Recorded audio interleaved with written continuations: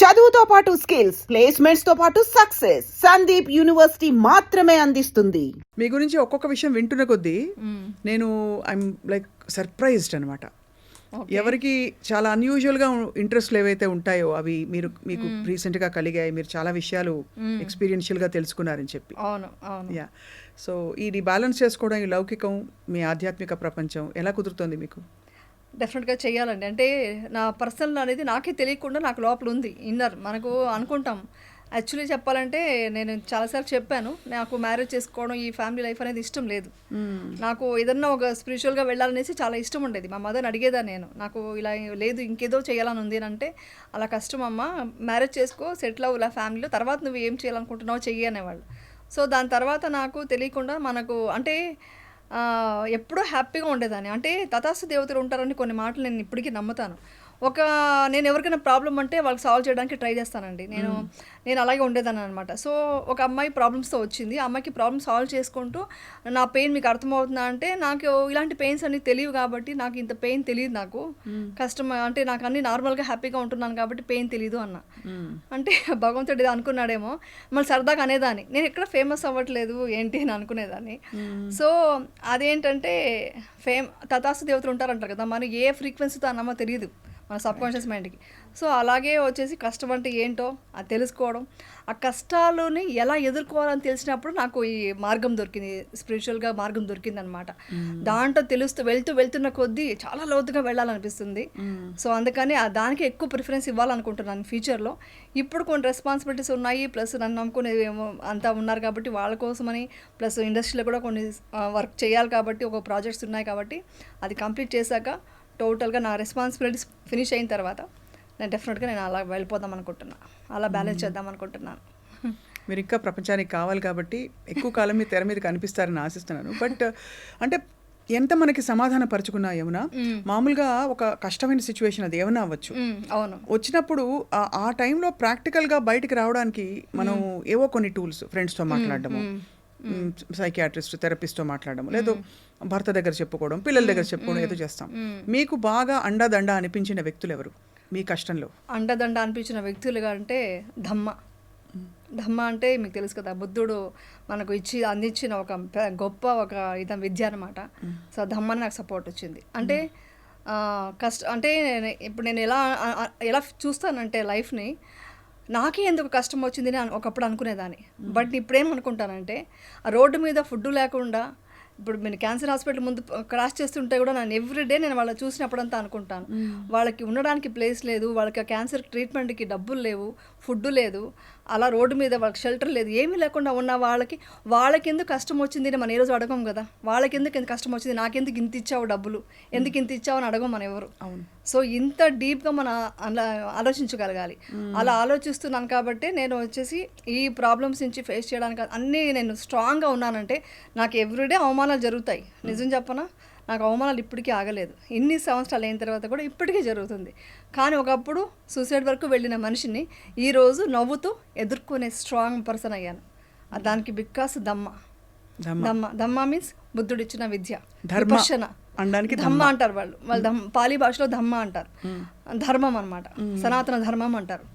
ఆ సనాతన ధర్మమే నన్ను ఇక్కడ దాకా ఇంత స్ట్రాంగ్ పర్సన్గా ఉంది. ఇంకా చెప్పాలి, నా పిల్లలు కూడా దాన్ని ఇచ్చాను అనమాట. సో వాళ్ళు కూడా అదే దీంట్లోనే ఫాలో అవుతున్నారు. ఇదే నాకు స్ట్రాంగ్ అంటే, ఫ్యామిలీ 100% స్ట్రాంగ్ సపోర్ట్ ఉంది. నా హస్బెండ్ కానీ నా పిల్లలు కానీ సపోర్ట్ ఉంది. బట్ అది కాకుండా ఒక స్టెప్ బయటకు వెళితే ప్రతిరోజు ఏదో ఒక అవమానం ఎదుర్కొంటూనే ఉంటాను. అంటే ఇప్పటికీ ఎదుర్కొంటున్నాను. అంటే డైరెక్ట్గా అవమానిస్తారా లేక డైరెక్ట్గా కూడా కొన్ని అవమానిస్తారా? గ్రహించడం కాదు, డైరెక్ట్గా అవమానిస్తారు.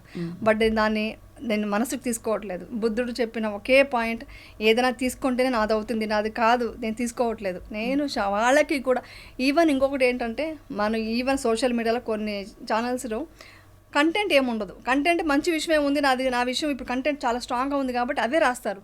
బట్ థంబ్నెయిల్స్ మాత్రం చాలా హారిబుల్గా, అది ఒక లేడీ చూడలేదండి అలాంటి థంబ్నెయిల్స్ పెడతారు. నా నోట్లోంచి అలాంటి మాటలు నేను మాట్లాడను, ఎందుకంటే నేను ఎప్పుడూ మాట్లాడింది లేదు. ఒక మా ఇంట్లో కూడా ఒక చిన్న ఒక అబ్యూసివ్ థింగ్స్ వర్డ్స్ కానీ మాట్లాడము. మా మదర్ అలా పెంచలేదు, మా పిల్లలకి అదే అలవాటు.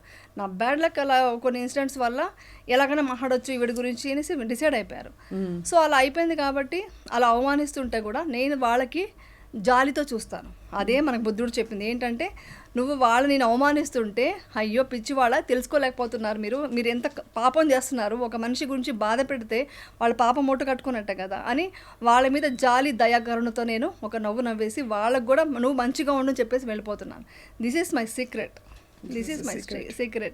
ఇది అందరూ పాటిస్తే, నేను చెప్పేది ఏంటంటే, ఇవన్నీ నేను ఎందుకు మాట్లాడుతున్నాను మళ్ళీ అంటే, నేను అనుభవించిన బాధను చాలామంది ప్రపంచంలో అనుభవిస్తుంటారు. వాళ్ళందరూ వచ్చి అర్థం చేసుకోగలగాలి. అంటే ఏంటి, ఎలా బయటికి రావాలి, అవమానం అనేది బయట నుంచే వస్తుంది, మీలో లేదు. మీరు ఎలా ప్రూవ్ చేసుకుంటూ ఎంత స్ట్రాంగ్ పర్సన్గా ఉంటారో, కష్టాల్ని ఎంత వస్తే అంత మీరు స్ట్రాంగ్ అవుతారని మాత్రం అర్థమైంది నాకు. ఇప్పుడు ఎగ్జాంపుల్ అండి, అన్ని సుఖాలే ఉన్నాయి మీకు. ఇప్పుడు ఎగ్జాంపుల్కి మీరు మంచిగా ఏసీలో కూర్చున్నారు, మీకు ఆ వేడి ఇది తెలుసా? మీకు తెలియదు. ఆ కష్టంలో వెళ్ళి ఆ స్వెట్ అయ్యి కొంచెం ఆ ఎండలో ఈ సమ్మర్లో బయటకు వెళ్ళి తిరిగి వస్తేనే మీకు ఆ ఏసీ వాల్యూ తెలుస్తుంది. సో అలాగా మనం కష్టాలను ఎంత ఎదుర్కొంటుంటామో అంత స్ట్రాంగ్ పర్సన్గా అవుతామో, అప్పుడు ఆ సుఖాన్ని మనం అనుభవిస్తాం అనమాట. సో అది నేను చాలా స్ట్రాంగ్గా బిలీవ్ చేస్తాను. సో అదే నన్ను కాపాడుతుంది, ఇదే మిమ్మల్ని కాపాడుకుంటూ వచ్చింది. బట్ ఈ జర్నీలో, ఈ ప్రాసెస్లో ఏ మూమెంట్లో వచ్చింది యమున మీకు? అంటే అప్పుడు జరిగిన ఇన్సిడెంట్స్ తర్వాత మీరు అన్నట్టు నిజంగా అవమానాలు చాలా రకాల, అంటే ఇంకా ఎట్లా డీల్ చేయాలో కూడా తెలియని పరిస్థితులు. But tell me step by step, because జనానికి అర్థమయ్యేలాగా, how did you find your self?